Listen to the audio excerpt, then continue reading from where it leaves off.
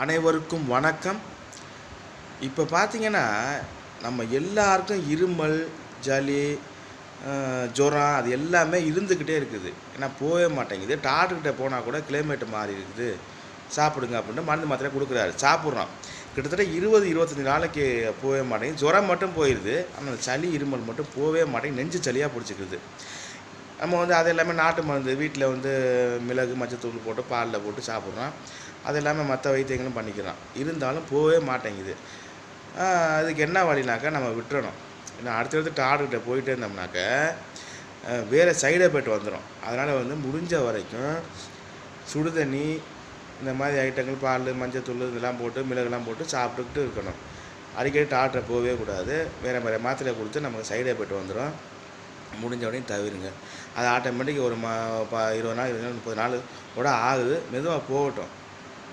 Okay.